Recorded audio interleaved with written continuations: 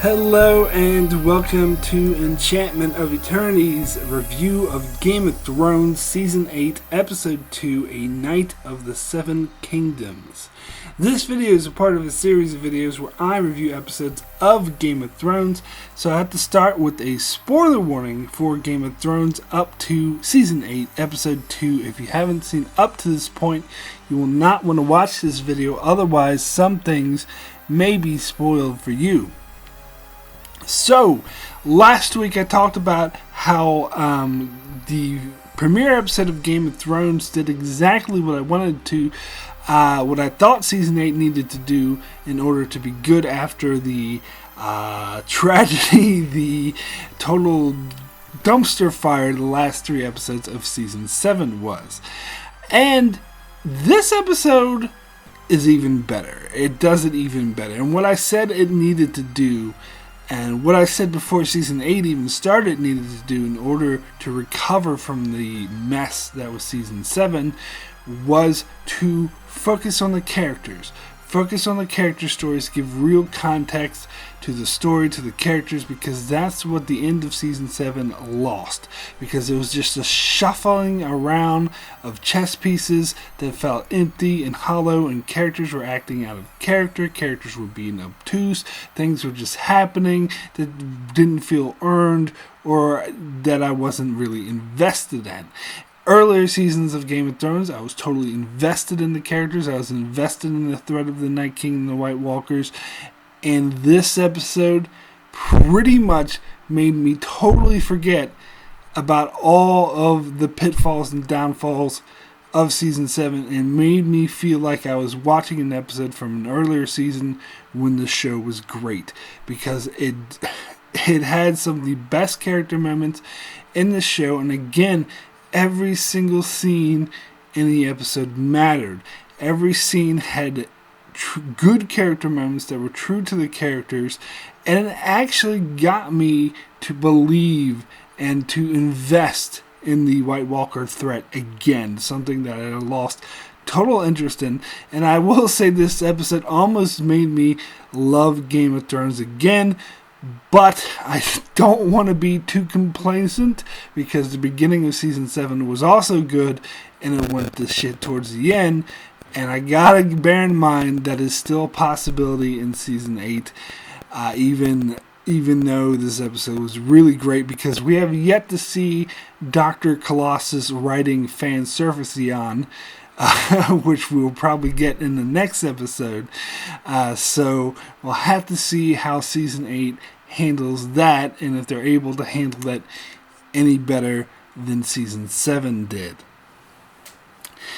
So, let's get into this episode. So this episode was really interesting, because usually when there's a battle episode like the Blackwater, or the Battle of Bastards, or Watchers on the Wall, it usually takes the first half of the episode to set up the battle, to show what people are like the night before the battle, how they're preparing for battle, how they're shitting themselves. Battle of the Bastards took like a quarter of the episode to do that, because they even had another plot line and Marine thrown in there. But it seems like this time they spent an entire episode on that. And I think it's deserved. I think it was the right decision. It was a smart choice. It shows me that the writers are putting a lot more care and a lot more thought into this season than they did in previous seasons. And the reason why it is so much more necessary to have an entire episode of setup, something that the show had never done before, is because not only is this the big final battle, well, not final, because of course there's going to be more episodes after the battle, but this is a huge culmination of so many things. The White Walker threat, everyone coming together to fight them. But the other thing is that there's so many characters here. And I know some people may complain that we get 2 episodes in a row that just deals almost entirely with like character interactions, but that's exactly what I wanted to see. That's something that season 7 was missing, as the last 3 episodes just quickly moved people around so fast. And I didn't buy the interactions between the Fellowship of the Ring that went out to get the White in the previous season. I didn't buy their interactions. They just all hastily thrown together. Fellowship is what I referred to it because it was hastily thrown together, and I did not buy any of it. This union, this joining of all these different people with different allegiances, I do buy. This episode totally and completely sold it. It was absolutely brilliant that they took the time to have some great character moments that the show absolutely needed. Okay, so let's get into some of the specific here. So the episode begins with Jaime's trial. And this was really interesting. Like, I think this was well deserved that Daenerys, again, I think she's being a bit silly for harboring hatred towards Jaime for killing her father, because she knows that her father was a mad king, and that and I think she even knows that by Jaime killing him, he saved, thousands of lives. But it is totally in her character. I mean, she always does this, so I'm not saying it's not in her character. It is her character to be this dumb. And plus, like, he's there to fight. Like, she's pissed that Cersei didn't show up with the army, but he showed up anyway because he still wants to fight. Now, I actually do think it's wise of her to be a bit dubious about his loyalties, because he's there because they trusted Cersei and she betrayed them. So, it's logical to think, well, maybe he's lying as well. And I like how when Tyrion tried to vouch for him, Daenerys easily dismissed his vouch and was like, well, you said the same thing about your sister and you're wrong. Which she has a lot of good points. There's definitely, and Tyrion, I think, even knew that was a good point because he stood down.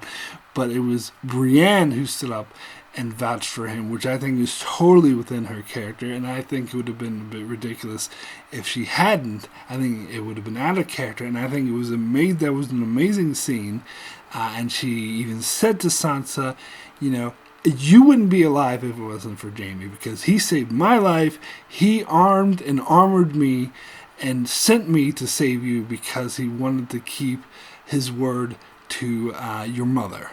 And that was such an amazing, sincere scene. And of course, Sansa even said, like, I trust Brienne more than anyone in the world, and if she vouches for Jaime, then that's good enough for me. But it wasn't good enough for Daenerys, who then asked Jon Snow. And Jon, he very wisely, and again, Jon is very single-minded in a very good way about this, was like, look, we need all the people we can get. If he wants to fight the White Walkers with us, let him do it, which is very wise.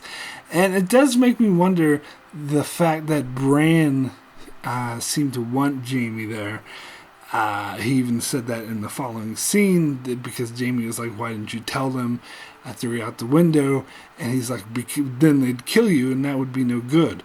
We need you to fight. So it does make me wonder if Jaime will play a key role in the battle to come, and that Bran knows that. Although Bran seemed to be kind of trolling Jaime during the battle, during the trial, because, when Jaime was saying, look, I don't apologize for any of the stuff I did in the past, because I was fighting for my house.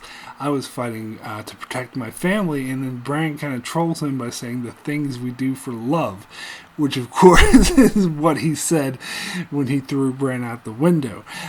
So I don't know if Bran was meaning to troll him like that. If Bran really did want him alive, I guess maybe he was just keeping him on his toes. I am a bit disappointed that they didn't mention, because they mentioned that Jaime attacked Ned Stark in the streets, and that he, fought against Robb, but they didn't mention anything about him trying to kill Daenerys and the loot train battle the previous season, which I thought is something maybe Daenerys might bring up rather than, killing my father. You tried to kill me. I think that would have been important to mention, but whatever. So that was very interesting, and of course, the following scene where Jaime confronted Bran, and Bran was saying, "We need you to fight." Does make me think, and it's interesting because Jaime's like, "I'm sorry," and Bran's like, "Yeah, sure, you're sorry now." And also, Bran said that if I was Brandon Stark, but I'm not, and so I think Jaime's getting sort of a feel of how weird he has become now, which is pretty interesting.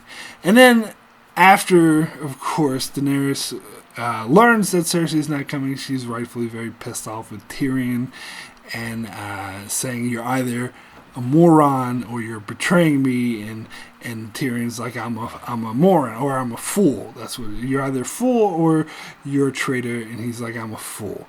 And she's like, "Well, yeah, you're a fool. You're useless to me." And it's interesting that Jorah was there to stand up for Tyrion, to be like, look, he does have a lot of worth. He messed up because he was too arrogant. A lot of clever people sometimes think they're a bit too clever, and they don't consider that they could be being played. And he knows he made a mistake. He's going to learn from his mistakes. So it's better to keep him around. Now, I think this is very clear foreshadowing. As I said in the past, Stan and Dave are usually very obvious with their foreshadowing. Now, I've heard some theories, and there's lots of crazy ass theories going around the net. Of course there is. It's Game of Thrones. Par for the course. In fact, especially this being the final season, of course there's going to be all these crazy ass theories running around. And one that was quite prevalent, that I've seen a lot, is that Tyrion is going to betray Daenerys and perhaps even betray Jon. And I don't buy that for a second. I think that theory is ludicrous and doesn't hold any water. I think this scene, because when Daenerys brought it up, you're either a traitor or you're a fool, and Tyrion was very strong conviction, said, "I'm a fool." And also, like, the fact that Jorah is saying, keep him around, you're going to need him, does make me think that, and plus the saying, he's learned from his mistakes, I think that's foreshadowing that Tyrion is going to be smart, he is going to be necessary in the long run, and he's going to do something very witty or very intelligent, and he's going to do something to help them win, and that Daenerys is going to need him in order to do that. That's just my thinking on it. And then, of course, we get a reunion with Jaime and Tyrion, which was absolutely great. Absolutely great seeing these two characters together again, and how, they're reminiscing about how strange it is that they're both here fighting for the Starks to protect Winterfell. And I love how Tyrion said, I wish Father was here right now. Seeing us defending Winterfell, he'd hate it. And it's sort of showing their hate. And it's interesting, too, that Jaime has moved beyond his hate for Tyrion for killing their father, but I suppose a lot of things have happened, and he's done a lot of bad things as well. So they're just willing to look past everything and move forward, and I think that actually makes a lot of sense, and I really like the interaction between these two characters. Now, also, seeing Jaime reunited with Brienne was amazing. As I said, her standing up for him at his little trial thingy, totally in their character. And I love how Jaime went to Brienne and asked to fight under her, and she was being all pissy. She's like, you haven't gone 2 seconds without insulting me. What's wrong with you? And Jaime's like, look, I don't want to insult you. I want to fight under you. And I think that shows that I think he was always insulting her and being rude for her as a deflection. He was like wanted to deflect how great of a warrior she was, and wanted to deflect his true feelings for her, and he's done doing that. He was being honest, and that's something Brienne wasn't used to, but when she saw it, she embraced it, and that was a really nice moment. And then, I complained a lot in the previous episode about Sansa and the way she was treating Dany. But in this episode, the scene with Sansa and Daenerys together, I think was brilliant. I think it was I think this is more like it, actually. Because as I said, I think a lot of people kind of misinterpreted me because I said that I thought they were artificially creating tension, but what I meant was just by a little bit. Like, there should be tension, but they turned the dial up to a 10 where it should have been at a 9 or an 8. Whereas here, I think the dial was at the exact spot that it should be. I think this interaction with Daenerys trying to reach out to Sansa, trying to find a connection, was brilliant. And I love how they connected by being a strong female leader in a world where a lot of men don't want to follow female leaders, and so they sort of had to convince them, and that they're both smarter and they are both really good rulers. And I like how Daenerys has acknowledged that to Sansa, and I think that's kind of forces Sansa to bring her barriers down and to acknowledge that Daenerys is also a good leader and there's strength in it. And I do think, and of course they also connected through their connection with Jon. And I do think Sansa's sort of quip at, Dany puts her hand on there, touches her hand trying to be all friendly, but then Sansa brings up the North. Like, what after the war, after we beat the White Walkers, what happens? She's like, well, I rule the Seven Kingdoms. She's like, yeah, but what about the North? And then she pulls her hand away because she realizes that Sansa's asking for independence. Now, in the last episode, I was totally against Sansa because I think she was being unreasonable, because who cares who rules what? The White Walkers are all coming, but I actually think this is within her character, and it's actually kind of a good point, because, and I think Daenerys, I almost expected her to say, well, fine, we'll let the North rule independently, but that is kind of out of her character, because she wants to rule Seven Kingdoms. Of all the Seven Kingdoms separate, then what's she left to rule? But it doesn't seem like if she was wise, she would do that. And I always bring this up. She was really easily gave the Iron Islands their independence. And when Tyrion's like, oh, well, if you give everyone their independence, no one left to rule, she's like, but they're not demanding, they're asking. And I will say yes. So it does seem a bit funny to me that she was so willing to give the Iron Islands their independence when they're not really that important, but the North, who she desperately needs to defeat the White Walkers, that she won't even consider that. So that part of it, I think it was maybe a bit artificial. But maybe, I don't know, some people argue it's totally within her Daenerys character, and maybe, but I still think it goes against the way she treated Yara and the Ironborn. And plus, part of the reason why she did that is people say, oh, she liked a strong female leader in Yara, but now Sansa's another strong female leader she likes. But I guess the way Sansa said it was kind of a demand, rather, because that's the whole thing with the Ironborn. She said they're not demanding, they're asking, whereas Sansa's not really asking, she's demanding. And so that actually does make sense, that would be a bit off-putting to Daenerys, because if she does grant the North their independence, then it seems like she's capitulating to someone else's demands, which is a sign of weakness.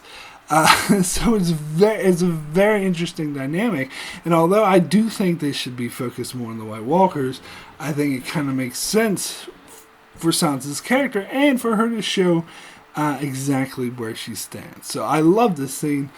I thought it was great. I thought it was much better than the way she was portrayed in the previous episode. So next we get Theon shows up. And it's great, because Theon sees Daenerys, he sort of bows to her and says, look, he tells her what happened, saying Yars went to secure the Iron Islands, and she's like, yeah, but you're not there, you came here, and he's like, and then he addresses Sansa and says, I want to fight for you, I want to protect Winterfell, and then Sansa goes and hugs him, which again was such a good moment, totally earned because he saved her life. And I think that speaks a lot to Sansa's character, that she forgave him for all the shit that he did before that moment, because he actually betrayed her to Ramsay before that, and he, of course, sacked Winterfell and killed 2 boys and said that they were Bran and Rickon. But none of that's important to her anymore. What was most important to her is that she wouldn't be alive if it wasn't for him, that he basically rescued her from Ramsay and the torture and the hell that she was having to go through. And she'll never forget that. And so that was such a touching moment. And also, seeing them later in the episode, how they were spending the last night. She chose to spend the last night with Theon, and they didn't really show them having a conversation. They were just eating together and enjoying their company. And that was great. Absolutely loved that.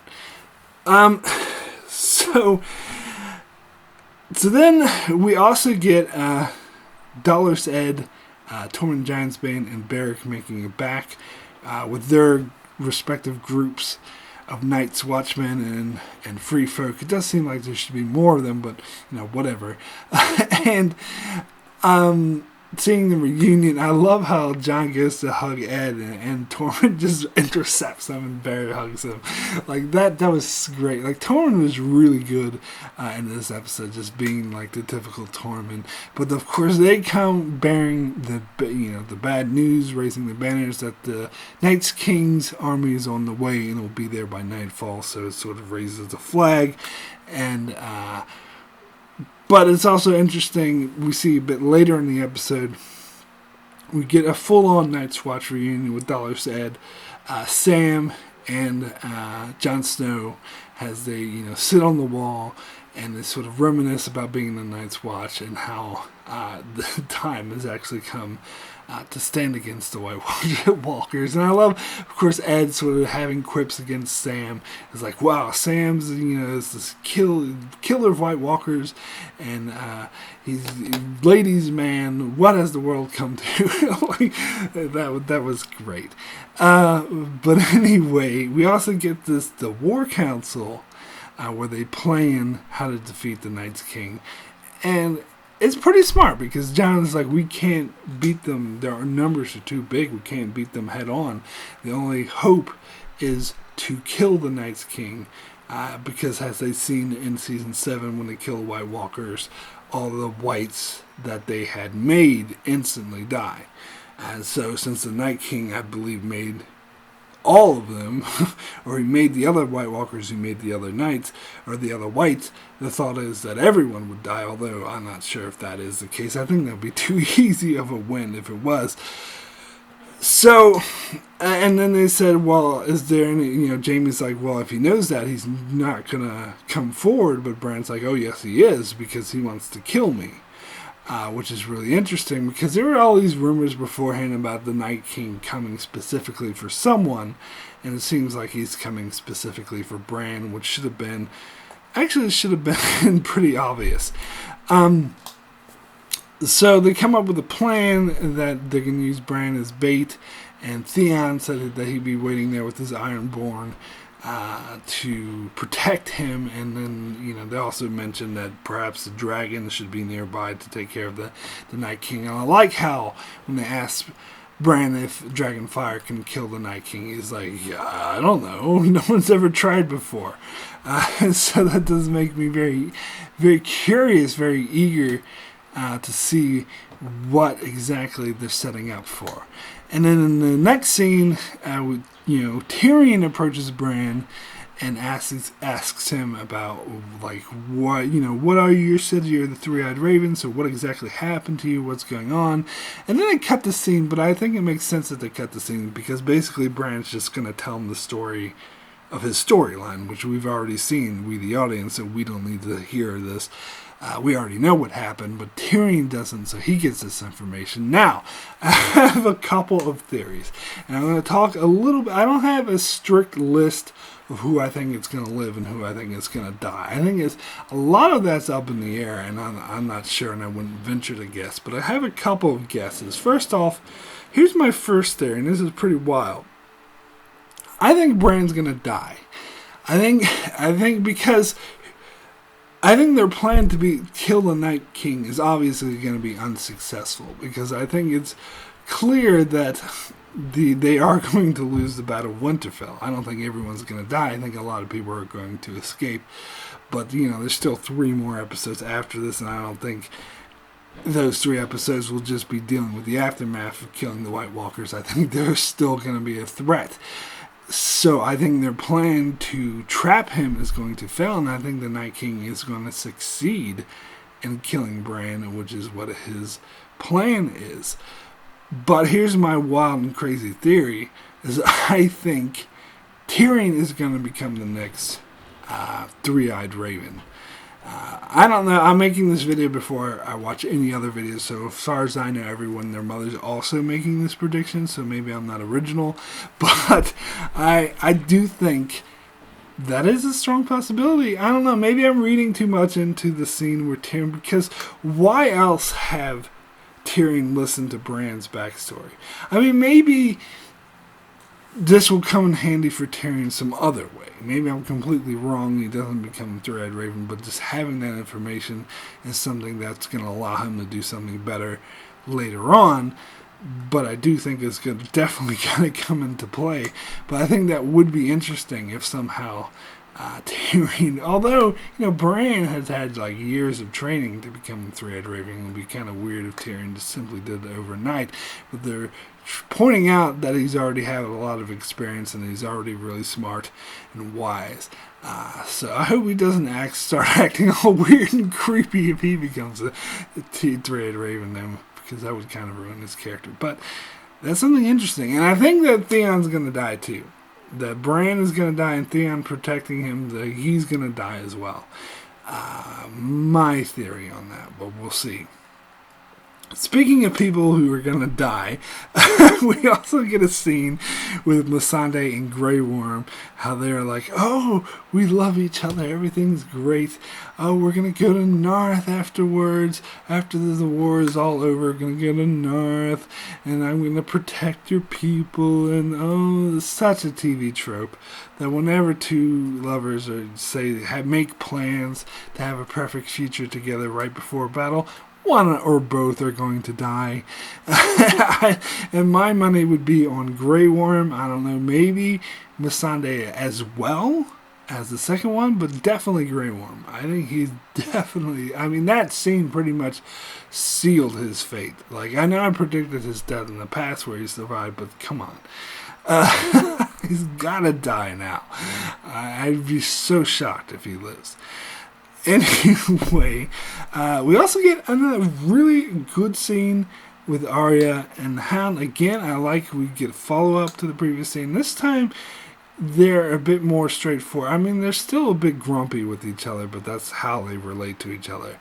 But I like how, because Arya's, asked the Hound, like, what the hell is the matter with you? Why are you actually fighting for other people? And then I love his response. He's like, well, I fought for you, didn't I? That was great. But then I think Beric showing up kind of ruined their nice moment together, because Beric is a bit of a dick and Arya doesn't like him and just like, I'm going to fuck off. I don't want to be around you guys anymore. And it's funny because Beric was on Arya's list at one point. And the Hound even asked, is he on your list? She's like, he was at some point. So it seems because he stopped being on her list a while ago. Like season 5 when she went to Bravo. So I think she purposely took him off because she didn't really care about him anymore. Which is good, because I think that would be dumb if she just killed him outright right there. But she still doesn't like him.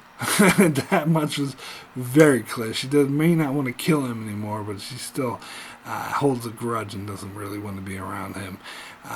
So that was cool. But then Arya goes off to the Gendry, and we got a scene with Arya and Gendry, of course, earlier in the episode, where she has to prove to him that she's an excellent fighter, because he didn't really know that.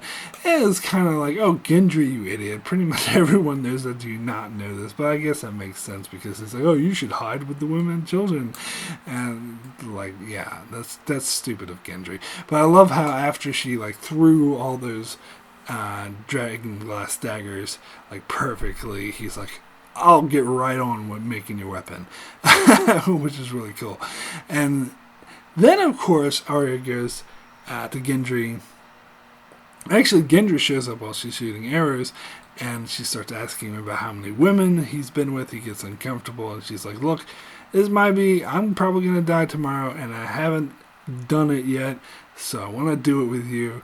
That was a great moment. Now, I can just hear people crying fan service and complaining because this is something a lot of fans have been wanting for years. They've been wanting Arya and Gendry to get together. But here's the thing.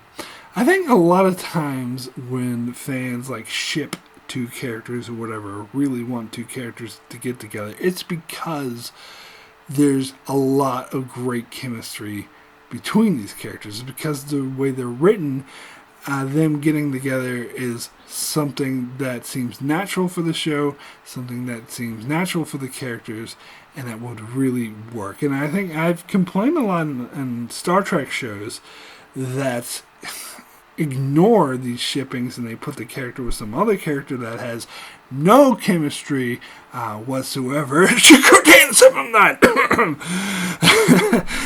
Only Star Trek fans will get that. So when they actually do any show put two characters together that a lot of people have been shipping, it usually is a good thing because there's a reason why fans want to see these two characters together, because it works for the characters. It's natural and they have tons of chemistry, and I think that is absolutely true of Arya and Gendry, that their relationship, I mean, it is a bit weird because they were kind of kids when they met, but it doesn't make sense because there's a lot of relationships like that started in childhood, but they grow into adults and they grow to love each other. And I think the chemistry these two characters have always had, like she, I remember back in season 3 when Gendry was going to join the Brotherhood without banners, and she was saying she didn't want him to leave, she wanted to stay with him. She's like, I could be your family. And that not necessarily had any romantic ties back then, but I definitely see how it could flourish into it. And plus the way they portrayed these two characters in the previous episode, as I said in that review, that they were definitely being really flirty with each other. Particularly Arya was being really flirty with him. And I think it makes all the sense in the world. Plus, it's a bit of Arya like rediscovering her humanity after becoming so cold and distant, after becoming a faceless man. And because she didn't fully become a faceless man, because she said, I'm Arya Stark and I'm going home, so she's embracing her identity and that she'd lost. And this is her taking that fuller step of saying, look, I never had sex before in my life, and this is something I want to experience. And the fact that she went to Gendry, I don't think it was just some wild coincidence. She basically could have went to anyone. So I love this scene. I don't care if anyone says it's fan service. It depends on what your definition of fan service, because some people define fan service as appeasing the fans to the detriment of the show. So in that definition, there's no such thing as good fan service, because fan service by definition would be something that is not natural and just done to appease the fans. And if that is your definition of fan service, this is not fan service, because it's not to the detriment of the show. It's not against the characters. It's totally in character, and I think it helps the show. Anyway, let me talk about this whole Fireside conversation, which is another absolutely brilliant scene. Starts out with Tyrion and Jaime, and then Brienne and Podrick come in, and they're like, oh, come join us in the fire. They come sit, and they have to invite them. Brienne's like, okay, I guess we could sit for a bit. And then Tormund and Davos just come barging in and just intrude. And Tormund had a lot of funny moments in this scene, I gotta say, but it was so great, like the interaction, like Tyrion. Although at one point Tyrion says, oh, it's funny, pretty much everyone here has fought against the Starks at one time or another. Okay, so Tyrion had fought against the Starks, Jaime had fought against the Starks, and Tormund he fought against the Night's Watch, which is Jon Snow, so I guess he fought against the Starks. But Brienne? No, I don't think so. She pretty early on devoted herself to Catelyn Stark. I mean, she was with Renly, but Renly never fought against the Starks. And Podrick never fought against the Starks. I mean, I suppose he squired for Tyrion, who at one point fought against the Starks, or the Lannisters who were fighting against the Starks. So if you're going to get very, very loose there, you could say Podrick. And Davos, he never fought against the Starks. He was with Stannis, and Stannis fought against the Lannisters. Stannis said he was going to fight against Robb Stark, but he never actually did. He did the whole thing with the leeches in the fire, and he claims to kill Robb Stark, but come on, he didn't do that. So he never really fought against the Starks either.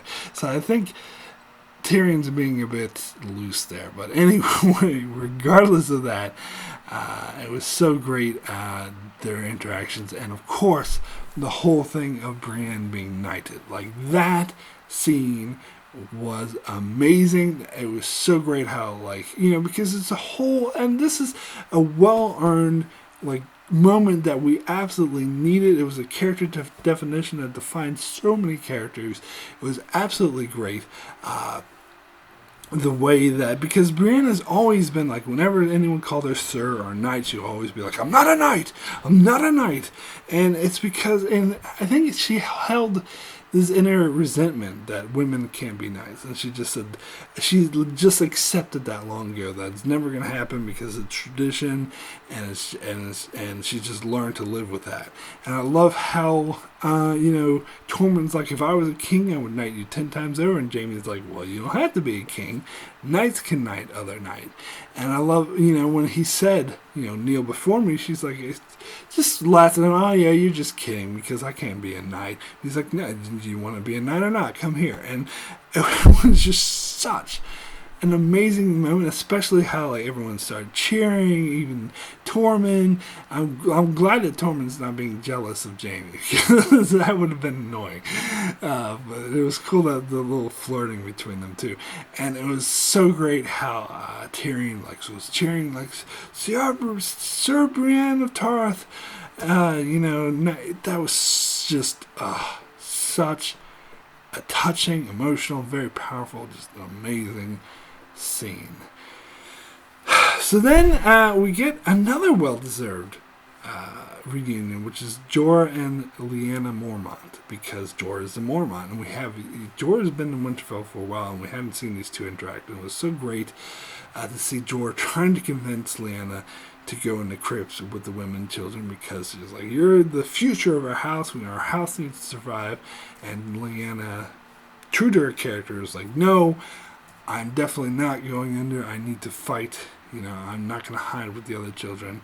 I'm going to fight. And I like how Lyanna didn't be like, oh, you're an outcast, I hate you, Jorah, fuck off. But she's like, no, I bid you well, cousin. Obviously he's not completely forgiven, because then he would be the head of House Mormont. But I think neither of them want that. I think Jorah wouldn't want that anyway. So, and he says, thank you, my lady, so making it clear that he's deferring to her. So that was a great interaction. By the way, Lyanna Mormont, another character who's not surviving. That's my opinion. I actually wouldn't be surprised if half of these characters didn't survive, but I'm not ready to guess on all of them. But some of them, Grey Worm, Lyanna Mormont, definitely not long for this world. And Bran. I think Bran and Theon are gone too. Anyway, then we get Sam come in, and he gives Heartsbane to Jorah Mormont, and I was kind of thinking that Sam might keep Heartsbane for himself, especially after he told Ed that, I can fight, I kill the White Walker. But I guess he's smart enough to realize that maybe he can fight, but he's not one of the best fighters. So he'd rather give the sword to one of the best fighters, and he gives it to Jorah to sort of honor his father, G.R. Mormont, who taught him everything. And it's kind of because Jorah was supposed to get Longclaw, G.R. Mormont's sword, which went to Jon. So, and Jorah even refused it when Jon tried to give it back to him. But Sam's like, please take this sword. Now, I don't know if it was like a permanent or it was just like for this one battle. But they're probably thinking this one battle will probably be it. There won't be anything after. And I do love how some people are saying, or planning for after the battle, like Sansa and Daenerys and Jorah. But other people are like, there is no after the battle. We're all going to die. So that's pretty interesting seeing the different perspectives there. So finally, let me get to the scene where Jon actually tells Daenerys that he is. I love how he didn't skate around. I would have been a little peeved if he kind of skated around it and put it off. And because earlier Jon was being distant with her, and I think she could notice, like, and that's why she went up to him, and at that point he had to tell her because she could tell that something was up, so he needed to just come clean with it. And they were looking at Lyanna Mormont's crypt, and I like how he just right out and say he didn't fuck around. He was just like, well, actually, your brother didn't rape her. They were in love with each other and they had a child, and that's me. And so but I don't know, because they left it kind of fucks things up as a bit unnecessary distraction right before the big battle. Because I gotta give credit to Emilia Clarke, because her acting and just reacting to what Jon's saying was amazing in the scene. And I love how, and it's a great director. I love David Nutter. He's such a good director. I think